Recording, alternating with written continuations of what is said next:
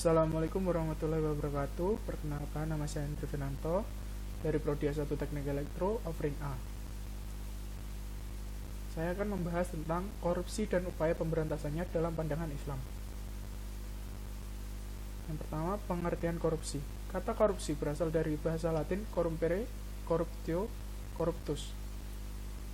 Korupsi diartikan sebagai tindak pemanfaatan dana publik yang seharusnya untuk kepentingan umum dipakai secara tidak sah untuk memenuhi kebutuhan pribadi.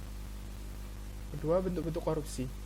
Bentuk-bentuk pelanggaran hukum tersebut antara lain gulul atau penggelapan, riswa atau suap, hadiah atau gratifikasi, sarikoh atau pencurian, dan khianah atau khianat atau kecurangan.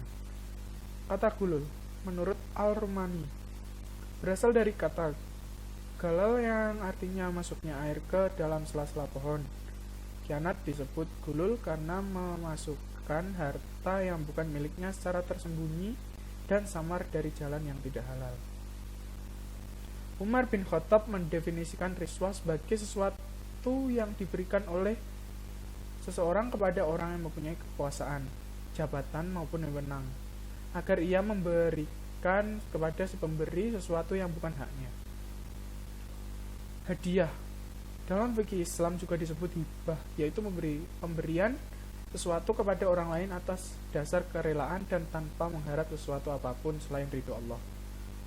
Sarikoh berasal dari bahasa Arab saroko yasrik, yang berarti mencuri, karena pada hakikatnya korupsi adalah mencuri atau ngemplang uang negara, uang perusahaan, uang organisasi, atau uang orang lain tanpa alasan yang sah.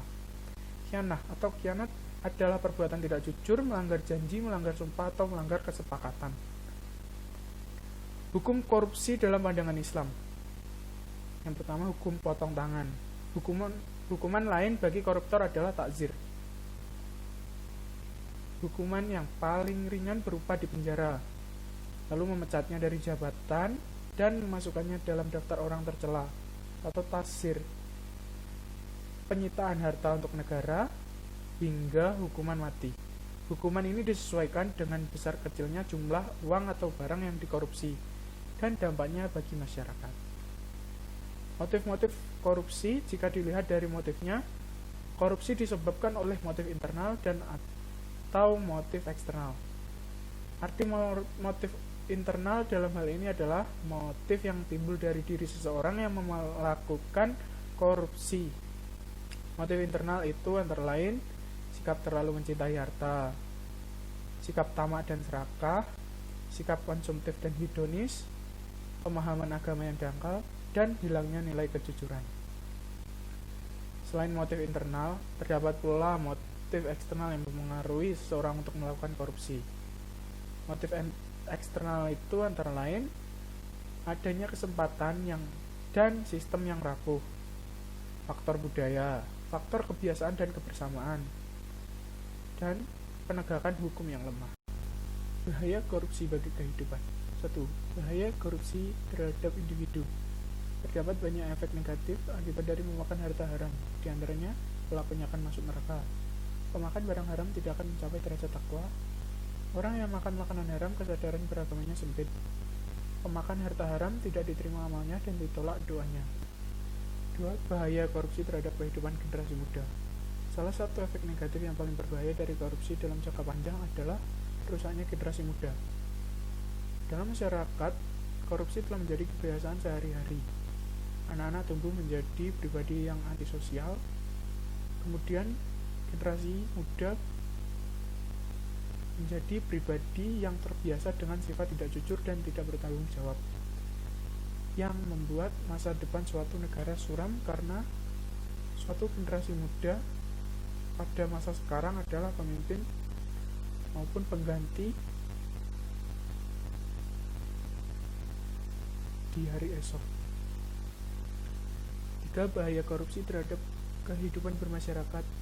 Dalam penelitian sosial di banyak negara, terbukti bahwa korupsi menyebabkan perbedaan yang tajam di antara kelompok sosial dan individu, baik dalam hal pendapatan, kehormatan, kekuasaan, dan lain-lain. Ketika korupsi merajalela, maka tidak ada nilai utama atau kemuliaan dalam masyarakat. Bahaya korupsi terhadap sistem politik. Kekuasaan politik yang dicapai dengan korupsi akan menghasilkan pemerintahan dan pemimpin masyarakat yang tidak legitimate. atau sah di hadapan masyarakat. Hal ini menyebabkan masyarakat tidak akan percaya terhadap pemerintah dan pemimpin tersebut. Akibatnya masyarakat tidak akan patuh dan tunduk pada otoritas mereka. Di samping itu, hal ini akan memicu terjadinya instabilitas sosial politik dan integrasi sosial. Bahkan dalam banyak kasus, hal ini menyebabkan jatuhnya kekuasaan pemerintahan secara tidak terhormat. 5. Bahaya korupsi terhadap sistem birokrasi administrasi. Korupsi juga menyebabkan tidak efisiennya birokrasi dan meningkatnya biaya administrasi dalam birokrasi. Jika birokrasi telah dikuasai oleh korupsi dalam berbagai bentuknya, maka prinsip dasar birokrasi yang rasional, efisien, dan kualifikasi tidak akan pernah terlaksana.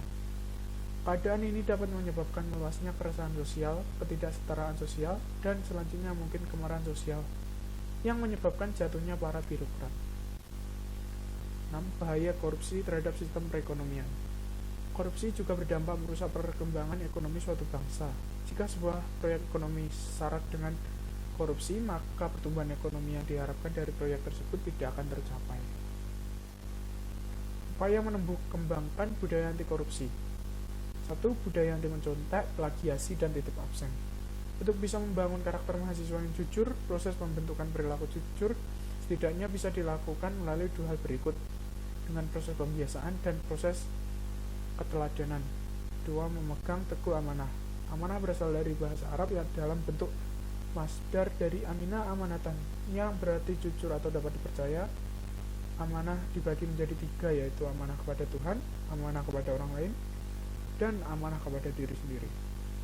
Sekian, terima kasih. Wassalamualaikum warahmatullahi wabarakatuh.